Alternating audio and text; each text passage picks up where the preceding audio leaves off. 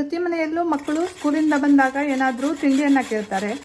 ಮನೆಯಲ್ಲಿ ಇರೋರು ಸಂಜೆ ಟೀ ಕಾಫಿಗೆ ಏನಾದರೂ ಸ್ನ್ಯಾಕ್ಸ್ ಬೇಕು ಅಂತ ಅಂದ್ಕೊಳ್ತಾ ಇರ್ತಾರೆ. ಹಾಗೆ ಬೇಕು ಅಂದಾಗ ಹೊರಗಡೆಗೆ ಹೋಗಿ ಸ್ನ್ಯಾಕ್ಸ್ ತಿನ್ನೋದು ಹಲವರ ರೂಢಿ. ಅದ್ರ ಬದಲು ನಾವು ಮನೆಯಲ್ಲೇ ಹೆಲ್ದಿಯಾಗಿರುವಂತಹ ಚಾಟ್ಸನ್ನು ಮಾಡ್ಕೊಂಡು ತಿನ್ಬೋದಲ್ವಾ. ಹಾಯ್ ಫ್ರೆಂಡ್ಸ್, ನಮಸ್ಕಾರ. ವೆಲ್ಕಮ್ ಟು ನಳಪಾಕ. ನಾನಿವತ್ತು ಹೆಲ್ದಿಯಾಗಿರುವಂತಹ ಚಾಟ್ಸನ್ನು ಮನೆಯಲ್ಲೇ ಮಾಡ್ತಾ ಇದ್ದೇನೆ. ಅದು ಕಾಬೂಲ್ ಕಡಲೆಯಿಂದ. ಬನ್ನಿ ಅದನ್ನು ಹೇಗೆ ಮಾಡೋದು ಅಂತ ನೋಡೋಣ. ಈ ಚಾಟ್ಸ್ ಮಾಡೋದಕ್ಕೆ ನಾನಿಲ್ಲಿ ಕಾಬೂಲ್ ಕಡಲೆಯನ್ನು ತಗೊಂಡಿದ್ದೀನಿ. ಕಾಬೂಲ್ ಕಡಲೆಯನ್ನು ಒಂದು 3-4 ಗಂಟೆಗಳ ಕಾಲ ನೆನೆ ಹಾಕಿಟ್ಕೊಂಡಿದ್ದೀನಿ. ನೋಡಿ, ಚೆನ್ನಾಗಿ ನೆಂದಿದೆ. ಈಗ ಇದಕ್ಕೆ ಬೇಯಲಿಕ್ಕೆ ಬೇಕಾಗುವಷ್ಟು ನೀರನ್ನು ಹಾಕ್ಕೊಳ್ತೇನೆ. ಹಾಗೆ ಬೇಕಾಗುವಷ್ಟು ಉಪ್ಪನ್ನು ಹಾಕ್ಕೊಳ್ತೇನೆ. ಇದನ್ನು ಕುಕ್ಕರ್ನಲ್ಲಿಟ್ಟು ಒಂದು 3 ವಿಸಿಲನ್ನು ಕೂಗಿಸ್ಕೊಳ್ತೇನೆ. ಅಂದರೆ ತುಂಬ ಕರಗೋದು ಬೇಡ, ಇದು ಬಾಯಿಗೆ ಸಿಗಬೇಕು, ಇದು ಆ ರೀತಿಯಾಗಿರಬೇಕು, ಸ್ವಲ್ಪ ಗಟ್ಟಿನೇ ಇರಬೇಕು. ಈ ಚಾಟ್ಸ್ ಮಾಡೋದಕ್ಕೆ ಒಂದೆರಡು ಚಟ್ನಿಗಳು ಬೇಕಾಗುತ್ತೆ. ಅದಕ್ಕೆ ಮೊದಲು ನಾನಿಲ್ಲಿ ಹುಣಸೆ ಹಣ್ಣಿನ ಚಟ್ನಿಯನ್ನು ಮಾಡ್ಕೊಳ್ತೇನೆ. ಅದಕ್ಕೆ ಹುಣಸೆ ಹಣ್ಣನ್ನು ಸ್ವಲ್ಪ ಹೊತ್ತು ನೆನೆಸಿ ಅದರ ಪಲ್ಪನ್ನು ತೆಗೆದಿಟ್ಕೊಂಡಿದ್ದೇನೆ. ಈಗ ಇದಕ್ಕೆ ಸ್ವಲ್ಪ ಬೆಲ್ಲವನ್ನು ಹಾಕ್ಕೊಳ್ತೇನೆ. ಈಗ ಇದನ್ನು ಚೆನ್ನಾಗಿ ಮಿಕ್ಸ್ ಮಾಡಿ ಇದನ್ನು ಸ್ವಲ್ಪ ಕುದಿಸ್ಕೊಳ್ತೇನೆ. ನಾನಿಲ್ಲಿ ಸ್ವಲ್ಪನೇ ಮಾಡ್ತಿರೋದ್ರಿಂದ ಸ್ವಲ್ಪ ತೊಗೊಂಡಿದ್ದೇನೆ. ಇದನ್ನು ಮಾಡಿ ಸಹ ಒಂದು 15 ದಿನಗಳ ಕಾಲ ಫ್ರಿಜ್ನಲ್ಲಿ ಇಟ್ಕೊಳ್ಬೋದು. ಬೇಕಾದಾಗೆಲ್ಲ ಚಾಟ್ಸಿಗೆ ಹಾಕ್ಕೊಳ್ಬೋದು. ಈಗ ಇದನ್ನು ಸ್ವಲ್ಪ ಗಟ್ಟಿಯಾಗೋ ತನಕ ಕುದಿಸ್ಕೊಳ್ಬೇಕು. ತುಂಬ ಗಟ್ಟಿ ಮಾಡ್ಕೊಳ್ಳೋದೇನು ಬೇಡ. ನೋಡಿ, ಚೆನ್ನಾಗಿ ಕುದ್ದಿದೆ. ಈಗ ಇಷ್ಟು ಕುದಿದ್ರೆ ಸಾಕು. ಇದು ಆರಿದ ಮೇಲೆ ಇನ್ನೂ ಸ್ವಲ್ಪ ಗಟ್ಟಿ ಆಗುತ್ತೆ. ಕೆಂಪು ಚಟ್ನಿಯನ್ನು ಮಾಡ್ಕೊಂಡಿದ್ದಾಯಿತು. ಈಗ ಗ್ರೀನ್ ಚಟ್ನಿಯನ್ನು ಮಾಡ್ಕೊಳ್ಬೇಕು. ಗ್ರೀನ್ ಚಟ್ನಿಯನ್ನು ಮಾಡೋದಕ್ಕೆ ಒಂದು ಮಿಕ್ಸಿ ಜಾರಿಯನ್ನು ತಗೊಂಡು ಅದಕ್ಕೆ ಸ್ವಲ್ಪ ಪುದೀನ ಸೊಪ್ಪು, ಹಾಗೆ ಸ್ವಲ್ಪ ಕೊತ್ತಂಬರಿ ಸೊಪ್ಪು, ಹಾಗೆ ಒಂದು 3 ಹಸಿಮೆಣಸಿನಕಾಯಿಯನ್ನು ಹಾಕ್ಕೊಳ್ತೇನೆ. ಒಂದು ಅರ್ಧ ಇಂಚಿನಷ್ಟು ಶುಂಠಿ, ಒಂದು 5ರಿಂದ 6 ಬೆಳ್ಳುಳ್ಳಿ ಹೆಸರುಗಳನ್ನು ಹಾಕ್ಕೊಂಡು ಇದನ್ನು ನುಣ್ಣಗೆ ರುಬ್ಕೊಳ್ತೇನೆ.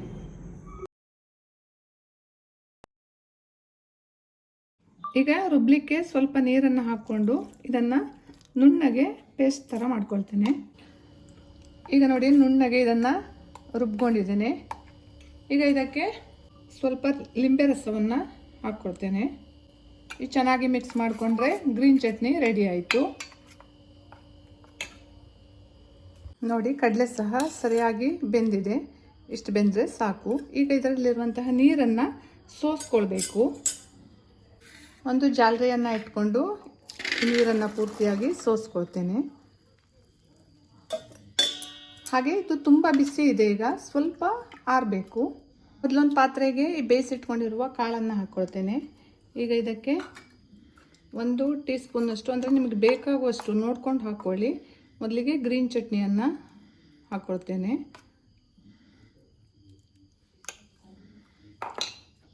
ಹಾಗೆ ಹುಣಸೆ ಹಣ್ಣಿನ ಚಟ್ನಿಯನ್ನು ಒಂದು ಅರ್ಧ ಟೀ ಸ್ಪೂನಷ್ಟು ಹಾಕ್ಕೊಳ್ತೇನೆ. ಈಗ ನಾವು ಒಂದು ಸಲ ಚೆನ್ನಾಗಿ ಮಿಕ್ಸ್ ಮಾಡಿಕೊಳ್ಬೇಕು.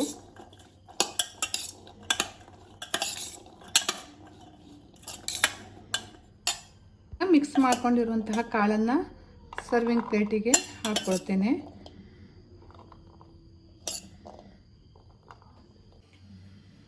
ಈಗ ಇದಕ್ಕೆ ಸ್ವಲ್ಪ ಅಚ್ಚ ಖಾರದ ಪುಡಿ, ಖಾರವನ್ನು ನಿಮ್ಗೆ ಎಷ್ಟು ಬೇಕು ಅಂತ ನೋಡಿಕೊಂಡು ಹಾಕ್ಕೊಳ್ಳಿ. ಹಾಗೆ ಸ್ವಲ್ಪ ಜೀರಿಗೆ ಪುಡಿ, ಹಾಗೆ ಸ್ವಲ್ಪ ಚಾಟ್ ಮಸಾಲ, ಹಾಗೆ ಚಿಕ್ಕದಾಗಿ ಹೆಚ್ಚಿಟ್ಕೊಂಡಿರುವಂತಹ ಟೊಮೆಟೊ,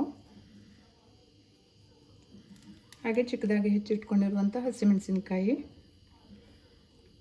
ಹಾಗೆ ಸ್ವಲ್ಪ ಕ್ಯಾರೆಟು ತುರಿದಿಟ್ಕೊಂಡಿರೋದು, ಹಾಗೆ ಹೆಚ್ಚಿಟ್ಕೊಂಡಿರುವಂತಹ ಈರುಳ್ಳಿ. ಈಗ ಮತ್ತೆ ಮೇಲಿಂದ ಸ್ವಲ್ಪ ಗ್ರೀನ್ ಚಟ್ನಿಯನ್ನು ಹಾಕ್ಕೊಳ್ತೇನೆ. ಹಾಗೆ ಸ್ವಲ್ಪ ಉಪ್ಪನ್ನು ಹಾಕ್ಕೊಳ್ತೇನೆ. ಮತ್ತು ಸ್ವಲ್ಪ ಹುಣಸೆ ಹಣ್ಣಿನ ಚಟ್ನಿಯನ್ನು ಹಾಕ್ಕೊಳ್ತೇನೆ. ಕ್ಯಾರೆಟು ಹಾಗೆ ಈರುಳ್ಳಿ ಹಸಿಮೆಣಸಿನಕಾಯಿಯನ್ನೆಲ್ಲ ನಿಮ್ಗೆ ಎಷ್ಟು ಬೇಕು ಅನ್ನೋದನ್ನು ನೋಡಿಕೊಂಡು ಹಾಕ್ಕೊಳ್ಬಹುದು. ಹಾಗೆ ಸ್ವಲ್ಪ ಮೇಲಿಂದ ಕೊತ್ತಂಬರಿ ಸೊಪ್ಪನ್ನು ಹಾಕ್ಕೊಳ್ತೇನೆ. ಹಾಗೆ ಚಿಕ್ಕದಾದಂತಹ ಸೇವನ್ನು ಹಾಕ್ಕೊಳ್ತೇನೆ ಮೇಲಿಂದ. ಚೆನ್ನಾಗಿರುತ್ತೆ ತಿನ್ನೋದಕ್ಕೆ. ಇದರಿಂದ ಲಿಂಬೆಹಣ್ಣಿನ ರಸ ಬೇಕಿದ್ರೆ ಹಾಕ್ಕೊಳ್ಬೋದು. ನಾನಿಲ್ಲಿ ಲಿಂಬೆಹಣ್ಣು ರಸವನ್ನು ಮತ್ತೆ ಹಾಕ್ತಾ ಇಲ್ಲ, ಚಟ್ನಿಗೂ ಹಾಕಿರೋದ್ರಿಂದ. ಹಾಗೆ ಹುಣಸೆ ಹಣ್ಣಿನ ಚಟ್ನಿ ಸಹ ಇರೋದ್ರಿಂದ ಲಿಂಬೆಹಣ್ಣು ರಸವನ್ನು ಹಾಕಿಲ್ಲ. ನೋಡಿದ್ರಲ್ಲ ಫ್ರೆಂಡ್ಸ್, ಹೆಲ್ದಿಯಾಗಿರುವಂಥ ಚಾಟ್ಸನ್ನು ಮನೆಯಲ್ಲಿ ಎಷ್ಟು ಸುಲಭವಾಗಿ ಮಾಡ್ಕೊಳ್ಬೋದು ಅಂತ. ಇವತ್ತಿನ ನನ್ನ ಈ ವಿಡಿಯೋ ಇಷ್ಟ ಆದರೆ ಲೈಕ್ ಮಾಡಿ, ಶೇರ್ ಮಾಡಿ, ಕಮೆಂಟ್ ಮಾಡಿ ಹಾಗೂ ಸಬ್ಸ್ಕ್ರೈಬ್ ಮಾಡಿ. Thank you.